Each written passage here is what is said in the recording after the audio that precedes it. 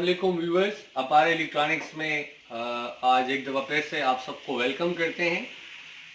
Refrigerator का भी review हमारा चल रहा है, साथ साथ हमारी कोशिश है कि आपको एसी के बारे में भी बताया जाए। डिफरेंट ब्रांड के इलेक्ट्रोलक्स का आपको बता चुके हैं, डाउलेंस का आपको बता चुके हैं, मित्सुबिशी का आपको बता चुके हैं, 1 टन 1.5 टन ये बता चुके थे, ग्री का 1 टन आपको बता चुके थे। आज जो हम आपको रिव्यू कराएंगे वो जो अपना ग्री इम्पोर्टेड सीरीज है, जो QD मॉडल इनका आता है इम्पोर्टेड सीरीज का, 70% जो एनर्जी सेविंग के साथ होता है, G10 इन्वर्टर। आज हम आपको इसका रिव्यू करवाएंगे। इसमें 2 मॉडल आते हैं, 18 CITH जो होता है वो भी है और 18 QD ये भी है। 18 CITH में लोकल भी कंपनी दे रही है और इम्पोर्टेड सीरीज का भी आ रहा है।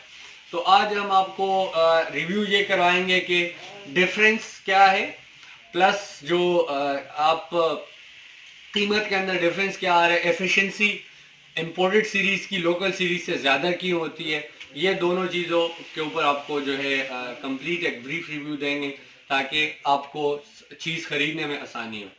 तो मॉडल नंबर जो है इसका है 18 QD, इसके ऊपर मेंशन है। फुल DC इन्वर्टर है, G10 इन्वर्टर जिसको आप कहते हैं। यहाँ से अगर आप इनको दिखा सके, G10 इन्वर्टर, ठीक हो गया जी। यहाँ इसके ऊपर आप देख सकते हैं ये फुल DC इन्वर्टर है, इधर से आपको नजर आ रहा है। इसके ऊपर जो स्पेक्स लिखे हुए 100% कॉपर के साथ है, heat and cool system. Obvious बात है कि कोई भी DC इन्वर्टर जो आएगा वो हीट एंड कूल सिस्टम के साथ आएगा। 70% जनाबे वाला ये एनर्जी सेविंग है। अब 70% ये एनर्जी सेविंग क्यों है, उसके पीछे आपको पर्पसेस बताते हैं।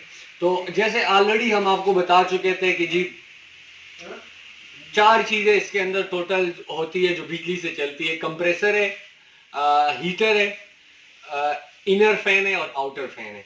अब होता ये है कि जो लोकल कंपनी है जो प्राइस कम करती है वो करते ये है कि वो हीटर की जगह ये जो कंप्रेसर इनका होता है इसको रिवर्स कर देते हैं, रिवर्सेबल यूनिट उसको कहते हैं।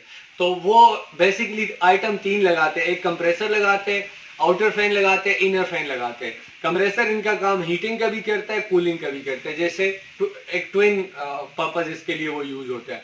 कंप्रेसर को रिवर्स करते हैं, जैसे गाड़ियों में आपने देखा होगा, क्योंकि उसके अंदर हीटर नहीं लगा होता, रेडिएटर का जो हीट है उसी को वो अप्लाई करके तो आपको हीट दे रहे होते हैं। तो इसी तरह कंप्रेसर की जो हीट है लोकल कंपनीज इसी को यूज करते हुए आपको हीटिंग भी दे रही है। तो बेसिकली वो 3 आइटम यूज कर रही है जिसकी वजह से उनकी कीमत 5 से 7 हजार रुपए कम होती है। एक तो ये बात हो गई है। दूसरी जो बात है वो ये है कि ये जो वो वाले इम्पोर्टेड सीरीज के जो यूनिट्स होते हैं इनके अंदर टोटली जो बात होती है वो ये होती है कि एक तो ये हीटर अलग से लगाते हैं, कंप्रेसर अलग से लगाते हैं, इनर आउटर तो ऑब्वियस बात है कि वो तो अलग से ही लगा होगा। और फिर वो चारों चीजें जो इनकी होती है वो DC के ऊपर कन्वर्ट हो जाती है। जब DC के ऊपर कन्वर्ट होती है तो ये आपका जो AC है जिसने स्टार्ट लेना है 9 एम्पेयर में, इसके ऊपर ये सारी चीजें इन्होंने मेंशन कर दी। यहाँ से आप देख लें, इधर से इनको दिखा दें, 8.2 एम्पेयर में जनाबे वाला ये स्टार्ट लेता है, ठीक हो गया जी। करंट इसके ऊपर मेंशन है। और इसका जो हीटर है वो 7.8 एम्पेयर में बेसिकली ये स्टार्ट ले रहा होता है। तो 8.2 एम्पेयर में जब ये स्टार्ट लेता है तो ये फर्दर आगे जब 10 से 15 मिनट ये चलता है, कमरे के अंदर ये कूलिंग कर लेता है, तो ये जो इसकी करंट रेशो है, जो एम्पेयर है, वो नीचे आना शुरू हो जाते हैं। 4.2, एफिशिएंसी बहुत ज्यादा हो, कमरा कर्ड कमरा हो तो उसके अंदर 3.2, 3.4 तक ये आ जाता है। तो तब तक जब 3.4 पे ये फिर मुसलसल आप उसको चलाते हैं तो आपकी बिजली का जो बिल होता है वो 70% तक ये कहते हैं कि ये कम हो जाता है। एक तो जो बिजली का हिसाब किताब है वो तो आपको ऑलरेडी हमने बता दिया। हीट एंड कूल का भी इसी तरह सिस्टम है।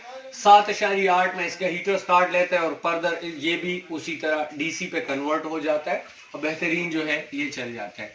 हेल्थ फीचर क्या है, हेल्थ फीचर भी इसके अंदर इन्होंने ऐड कर दिया है जिसकी वजह से आपका जो AC है वो इसके अंदर छोटे छोटे होल, मैंने आपको मित्सुबिशी के अंदर भी बताया था कि 8,416 जो है छोटे छोटे इसके अंदर होल होते हैं। जो 1.5 टन का बड़ा यूनिट आता है इनका, जैसे मित्सुबिशी का भी आपको बताया था, ग्री का ये आपको हम बता रहे, वो भी इसी साइज का उनका भी अपना इनर होता है। तो 8,416 जो है इसके अंदर छोटे छोटे होल्स होते हैं, उन होल्स के जरिए जो इसके अंदर डस्ट जमा होती है वो थ्रू ड्रेनेज आपका पानी के साथ, एसी के पानी के साथ निकल जाता है। इसके अंदर जो गर्दा होता है या जो मिट्टी होती है वो जमा नहीं होती। जब वो जमा नहीं होती तो आपका जो एसी है वो स्मूथली रन करता है और आपको जो हवा मिल रही होती है वो बड़ी साफ और सुथरी हवा मिल रही होती है।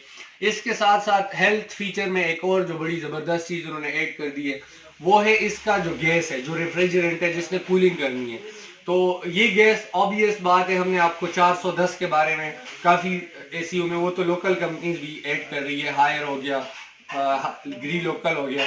तो R410 ये यूज कर रहे हैं, उसके ऊपर जो है गैस है जो वो एक नॉन सफोकेटिव गैस है। आपके जब मतलब आपका एसी चल रहा होता है तो ये सफोकेट नहीं करता।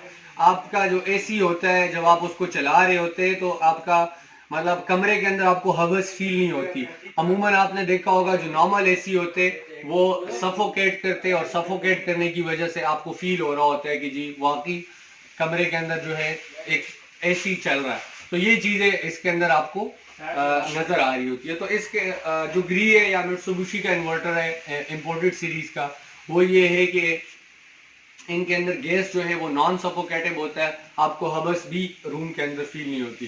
दूसरे जो इनके कमर्शियल सर्किट इन्होंने लगाए होते हैं, जो एसी का डीसी इन्वर्टर बेसिकली टोटली एक काम इन्होंने जो करना है वो सर्किट के ऊपर करना है। जो इनके सर्किट लगे होते हैं वो कमर्शियल सर्किट लगे होते हैं, फ्लुएंटली आप उसको मुसलसल आप उसको चलाते रहें, गर्म नहीं होता इसका सर्किट भी। ये नहीं होता कोई शॉर्ट सर्किट हो जाए, कोई फ्लक्चुएट कर दे, कोई ऐसा मसला हो, बंद हो जाए, फ्यूज हो जाए, तो ऐसा इशू भी इसके अंदर नहीं आता। प्राइस की बात कर लेते, मित्सुबिशी का हमने आपको बताया था 1,05,000 रुपए का था। ग्री का ऑलरेडी आपको लोकल के बारे में बता चुके हैं, 85,000 रुपए का है। जो इम्पोर्टेड यूनिट है थोड़ा सा ये महंगा है, 91,000 में ये यहाँ पे हम पिंडी इस्लामाबाद में आपको दे रहे हैं, विद फिटिंग लगा के आपके घर पहुंचा के लगा के दे रहे हैं। तो ऑर्डर के लिए हमारा नंबर आपके स्क्रीन पे चल रहा है, तो आप फौरन हमें इसका ऑर्डर कर सकते हैं, अपने घर बैठ के इसको मंगवा के लगवा सकते हैं। Thank you so much.